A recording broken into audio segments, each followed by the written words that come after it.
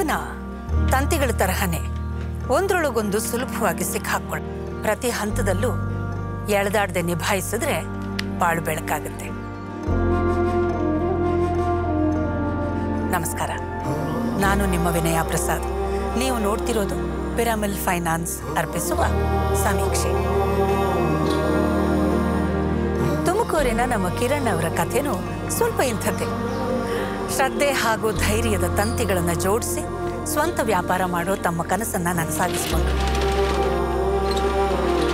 ಬನ್ನಿ ಅವರ ಅನುಭವದ ಮಾತುಗಳನ್ನು ಕೇಳಿ ತಿಳ್ಕೊಳ್ಳೋಣ. ಮೇಡಮ್ ನಮಸ್ತೆ. ನಮಸ್ತೆ ಮೇಡಮ್. ನಮಸ್ಕಾರ. ನಮಸ್ತೆ ಮೇಡಮ್. ಕೂತ್ಕೊಳ್ಳಿ. Thank you. ನಾವು ಕೂತ್ಕೊಳ್ಳಿ. ನಿಮ್ಮ ಊರು? ನಮ್ಮ ಊರು ಸ್ವಂತ ಊರು ಬಂದು ಕುಣಿಗಲ್ ಮೇಡಮ್, ಹೋಮ್ ಟೌನು. ಹಾಂ. ಈ ಎಲೆಕ್ಟ್ರಿಕಲ್ ಕೆಲಸನ ಹೇಗೆ ಶುರು ಮಾಡ್ಕೊಂಡ್ರಿ ನೀವು? ನಮ್ಮ ಫಾದರ್ ಒಬ್ಬರು ಎಲೆಕ್ಟ್ರಿಕಲ್ ಕಾಂಟ್ರಾಕ್ಟರು. ನಮ್ಮ ಬೇಸಿಕಲ್ಲಿ ನಾವು ಒಂದು ಮಿಡಲ್ ಕ್ಲಾಸ್ ಫ್ಯಾಮಿಲಿಯಿಂದ ಬಂದಿರೋದು. ಕೋರ್ನಲ್ಲಿ ನಾನು ಬಿ ಎಲೆಕ್ಟ್ರಿಕಲ್ ಮುಗಿಸ್ಕೊಂಡು ಆಮೇಲೆ ವರ್ಕಿಗೆ ಬಂದಿದ್ದೆ ಬೆಂಗಳೂರಿಗೆ. ಆ ಜಾಬಲ್ಲಿ ಇದ್ದಾದ್ಮೇಲೆ ನಮ್ಮ ತಾಯಿಯವರು ಆಕ್ಸಿಡೆಂಟಲ್ಲಿ ತೀರೋದ್ರು. ತಾಯಿ ಮೇಲೆ ತುಂಬ ನಾನು ಇದಿಟ್ಕೊಂಡಿದ್ದೆ. ನನಗೆ ತುಂಬ ಫ್ರೆಂಡ್ಲಿ ಆಗಿದ್ದರು, ಆಮೇಲೆ ನನಗೆ ತುಂಬ ಸಪೋರ್ಟ್ ಆಗಿದ್ದರು. ನಮ್ಮ ತಂದೆ ಹತ್ರ ಹಂಚ್ಕೊಳ್ಳೋಕ್ಕಾಗ್ದಿಲ್ದಲ್ಲ, ನಮ್ಮ ತಾಯಿ ಹತ್ರನೇ ನಾನು ಜಾಸ್ತಿ ಹಂಚ್ಕೋತಾ ಇದ್ದಿದ್ದು. ಆಮೇಲೆ ಅವ್ರ ಡಿಸಿಷನ್ಸ್ಗೆ ನಾನು ತುಂಬ ಬೆಲೆ ಕೊಡ್ತಾ ಇದ್ದಿದ್ದು ಕೂಡ ನನ್ನ ಲೈಫಲ್ಲಿ. ಫಾದರ್ಗೂ ಸ್ವಲ್ಪ ಸಣ್ಣ ಪುಟ್ಟ ಪೆಟ್ಟಾಗಿತ್ತು, ಅವರು ಆರೋಗ್ಯದಲ್ಲಿ ಸ್ವಲ್ಪ ಇದಾಗಿದ್ದರು. ಅವಾಗ ಧೈರ್ಯ ತೊಗೊಂಡಿದ್ದು ನಮ್ಮ ತಾಯಿ ಕಳ್ಕೊಂಡಿದ್ದೀನಿ. ಅಟ್ಲೀಸ್ಟು ತಂದೆ ತಮ್ಮ ತಂಗಿ ಇವ್ರನ್ನಾದ್ರೂ ಸ್ವಲ್ಪ ಚೆನ್ನಾಗೊಂದು ನೋಡ್ಕೊಂಡು ಹೋಗೋಣ, ಅದ್ರ ಜೊತೆ ಬಿಸ್ನೆಸ್ ಗ್ರೋತ್ ಮಾಡ್ಕೊಂಡು ಹೋಗೋಣ ಅಂತ ನಾನು ಅದನ್ನು ಕ್ವಿಟ್ ಮಾಡಿಬಿಟ್ಟು ಇಲ್ಲಿ. ನನಗೆ ಮುಂಚೆಯಿಂದ ಡ್ರೀಮ್ ಇದ್ದಿದ್ದು ಒಂದು ಕಂಪನಿ ಟೈಪು ದೊಡ್ಡದಾಗಿ ಬಿಲ್ಡ್ ಮಾಡಬೇಕು ಅಂತಲೇ ಇದ್ದಿದ್ದು. ಈಗ ಹೊಸ ಜಾಗಕ್ಕೆ ಹೋಗಿ ಒಂದು ಬಿಸ್ನೆಸ್ಸನ್ನು ಲಾಂಚ್ ಮಾಡೋದಾಗಲಿ ಅಥವಾ ಗೊತ್ತಿರೋ ಬಿಸ್ನೆಸ್ಸನ್ನು ಎಕ್ಸ್ಪಾಂಡ್ ಮಾಡೋಕ್ಕೆ ಹೋಗೋದಾಗಲಿ ಇದೆಲ್ಲ ಸುಲಭದ ವಿಷಯ ಅಲ್ಲ.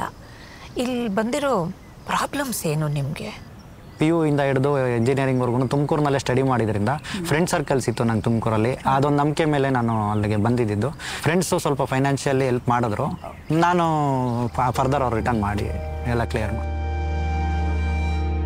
ಯೂಶಲಿ ಮೇಡಮ್ ನನಗೆ ಫ್ರೆಂಡ್ಸ್ದಾಗಲಿ ಬ್ಯಾಂಕ್ದಾಗಲಿ ನನಗೆ ಸಾಲ ಇದ್ದರೆ ನನಗೆ ಬೇಗ ನಿದ್ದೆನೂ ಬರೋಲ್ಲ. ನನಗೆ ಅದು ಕ್ಲಿಯರ್ ಆಗೋವರೆಗೂ ನನಗೆ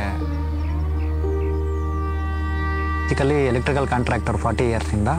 ಸೊ ಹಂಗಾಗಿ ಅದೇ ಬಗ್ಗೆ ಇಂಟ್ರೆಸ್ಟ್ ಇತ್ತು ನಮಗೂ ಕೂಡ. ವರ್ಕೆಲ್ಲ ನೋಡಿ ನಾವು ಆ ಥರನೇ ದೊಡ್ಡ ಕಾಂಟ್ರಾಕ್ಟ್ ವರ್ಕ್ ಮಾಡಬೇಕು, ದೊಡ್ಡ ರೇಂಜಿಗೆ ಬೆಳಿಬೇಕು ಅನ್ನೋ ಒಂದು ಆಸೆ ಇತ್ತು. ದೊಡ್ಡ ದೊಡ್ಡ ಕಾಂಟ್ರಾಕ್ಟ್ಸ್ ಎಲ್ಲ ತೊಗೊಂಡ್ರಿ ಅಂತ ಹೇಳಿದ್ರಿ.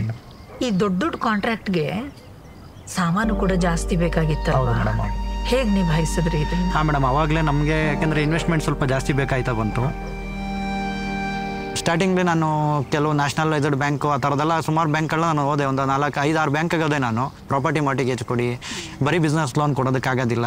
ಆಮೇಲೆ ಪ್ರಾಪರ್ಟಿ ಮಾರ್ಟಿಗೇಜ್ ಮಾಡೋದಕ್ಕೂ ನಾನು ರೆಡಿ ಇರಲಿಲ್ಲ ಮೇಡಮ್, ಯಾಕೆಂದರೆ ನಾನು ಫ್ಯಾಮಿಲಿಯಿಂದ ಯಾವುದೇ ಸಪೋರ್ಟ್ ತೊಗೊಂಡಿರಲಿಲ್ಲ. ಹಂಗಾಗಿ ನಾನು ಪ್ರಾಪರ್ಟಿ ಮಾರ್ಟಿಗೇಜ್ ಮಾಡೋಕ್ಕೂ ರೆಡಿ ಇರಲಿಲ್ಲ. ನಮ್ಮ ಬರೀ ಟ್ರಾನ್ಸಾಕ್ಷನ್ ನೋಡಿ ಕೊಡೋಕ್ಕಾಗೋದಿಲ್ಲ. ಈ ಥರ ಎಲ್ಲ ನನಗೆ ಫೇಸ್ ಮಾಡ್ತಾ ಬಂದೆ ನಾನು. ಪೇಪರ್ ವರ್ಕ್ಸು ತುಂಬ ಇರ್ತಿತ್ತು. ಈಗ ಯಾರನ್ನಾದರೂ ಇಂಟ್ರೊಡ್ಯೂಸರ್ಗಳನ್ನ ತೊಗೊಬನ್ನಿ, ಇವ್ರದ್ದು ಶ್ಯೂರಿಟೀಸ್ ಹಾಕ್ಸಿ, ಇವೆಲ್ಲ ನನಗೆ ತುಂಬ ರಿಸ್ಕ್ ಅನ್ನಿಸ್ತು. ನನಗೆ ಆವಾಗ ನನಗೆ ಒಂದು ಸರಿ ಅನ್ನಿಸ್ತು, ಈಗ ಕಷ್ಟ ಆಗುತ್ತೇನೋ ಮುಂದೆ ವರ್ಷೋದು, ನಾನು ದೊಡ್ಡ ಮಟ್ಟಕ್ಕೆ ತಗೊಂಡೋಗೋದು ಕಷ್ಟ ಆಗುತ್ತೇನೋ, ಇದೇ ಸಣ್ಣ ಮಟ್ಟಕ್ಕೆ ಉಳ್ಕೊಂಬಿಡ್ತೇನೋ ಅಂತ ಒಂದು ಸರಿ ಅನ್ನಿಸ್ತು. ಒಂದು ಸ್ವಲ್ಪ ಸರಿ ಪಿರಾಮಲ್ ಅನ್ನೋ ಒಂದು ಫೈನಾನ್ಸ್ ಕಂಪ್ನಿ ಬಗ್ಗೆ ನನಗೊಂದು ಹಿಂಗೆ ಅಡ್ವರ್ಟೈಸ್ಮೆಂಟಲ್ಲಿ ಬಂತು ನಮಗೆ. ಸೊ ಹಂಗಾಗಿ ಬಿಸ್ನೆಸ್ಸು ವಿತೌಟ್ ಮಾರ್ಟಿಗೇಜ್ ಅಂತ ಅನಿಸಿದ್ದು ಈ ಬ್ಯಾಂಕಿಗೆ ಹೋದ ಮೇಲೆ ನಮಗೆ ಯೂಸ್ ಆಯಿತು ಮೇಡಮ್. ಅವ್ರು ಯಾವುದೇ ರೀತಿ ಬೇರೆ ಬ್ಯಾಂಕ್ಗಳಷ್ಟು ನಮಗೆ ಈ ಡಾಕ್ಯುಮೆಂಟೇಷನ್ ತೊಂದರೆಗಳನ್ನಾಗಲಿ ಏನು ಬೇರೆ ಥರ ಕೊಡಲಿಲ್ಲ. ಬೇಗನೆ ನಮಗೊಂದು 10 to 15 ಡೇಸಲ್ಲಿ ಒಂದು ಲೋನ್ ಪ್ರೊಸೆಸ್ ಮಾಡಿಕೊಟ್ರು. ಯಾವುದೇ ಮಾರ್ಟಿಗೇಜಸ್ಸು ಯಾವುದೋ ಅವರು ಕೇಳಲಿಲ್ಲ, ಯಾವುದೇ ಜಾಸ್ತಿ ಶ್ಯೂರಿಟೀಸ್ದು ಈ ಥರ ಯಾವುದೋ ನಮಗೆ ಸಮಸ್ಯೆ ಬರಲಿಲ್ಲ. ಅವರು ನಮ್ಮ ಇಂಟೆನ್ಷನ್ಸಿಗೆ ಬೆಲೆ ಕೊಟ್ಬಿಟ್ಟು ಅವ್ರು ನಮಗೆ ಫೈನಾನ್ಸ್ ಮಾಡಿಕೊಟ್ಟಿದ್ದಾರೆ. ನಾವು ಎಷ್ಟು ಬೇಗ ಆಗುತ್ತೋ ಅಷ್ಟು ಬೇಗ ಅದನ್ನು ಅವ್ರಿಗೆ ನಾವು ರೀಪೇಮೆಂಟ್ ಮಾಡಿಬಿಟ್ಟು ಅವ್ರ ಹತ್ರ ನಾವು ಒಂದು ಕನೆಕ್ಟಿವಿಟಿ ಚೆನ್ನಾಗಿ ಉಳಿಸ್ಕೋಬೇಕು ಅನ್ನೋದು ನಮ್ಮ ಉದ್ದೇಶ. ಈಗ ನಿಮಗೆ ಲೋನ್ ಸಿಕ್ತು, you are a happy person. Yeah madam. ಅಲ್ಲ?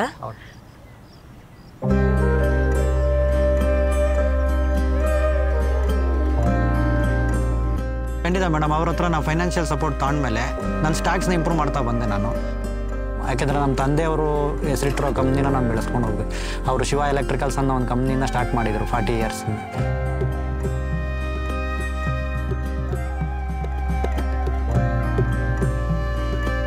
ನಾವೆಲ್ಲ ಡಿಜಿಟಲೈಸ್ ಮಾಡಿಕೊಂಡು ಲ್ಯಾಪ್ಟಾಪ್ಸ್ ಇದೆಲ್ಲ ಇನ್ಕ್ಲೂಡ್ ಮಾಡ್ಕೊಂಡು ನಾವು ನಮ್ಮ ಟೀಮ್ ಇವಾಗ billing, stock maintenance, sales, purchase ಎಲ್ಲದನ್ನು ಪ್ರತಿಯೊಂದನ್ನು ಡಿಜಿಟಲೈಸ್ ಮಾಡ್ಕೊಂಡು ಈಗ ಮೇಂಟೈನ್ ಮಾಡ್ತಾ ಹೋಗ್ತಾ ಇದ್ದೀವಿ ಮೇಡಮ್. ಈಗ ಅದರಿಂದ ನಮಗೆ ಸ್ವಲ್ಪ ಸಮಯ ಸಿಕ್ಕಿದೆ, ಈಗ ಫ್ಯಾಮಿಲಿ ಜೊತೆನೂ ನಾವು ಒಂದು ಟೈಮ್ ಸ್ಪೆಂಡ್ ಮಾಡ್ತಾ ಮೂವ್ ಮಾಡ್ತಾ ಇದ್ದೀವಿ ಮೇಡಮ್. ಈಗ ಆ ನೇಮ್ನ ನಾನು ಇನ್ನೂ ಬಿಲ್ಡ್ ಮಾಡಬೇಕು, ದೊಡ್ಡದಾಗಿ ಇದು ಮಾಡಬೇಕು.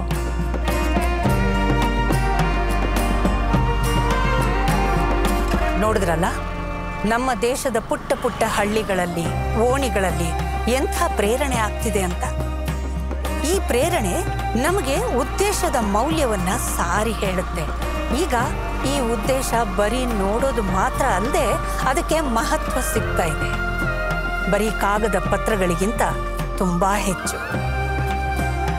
ಬನ್ನಿ ಮತ್ತೆ ಭೇಟಿಯಾಗೋಣ ಉದ್ದೇಶದ ಮಹತ್ವ ಸಾರೋ ಇನ್ನೊಂದು ಕಥೆಯೊಂದಿಗೆ. ನಮಸ್ಕಾರ.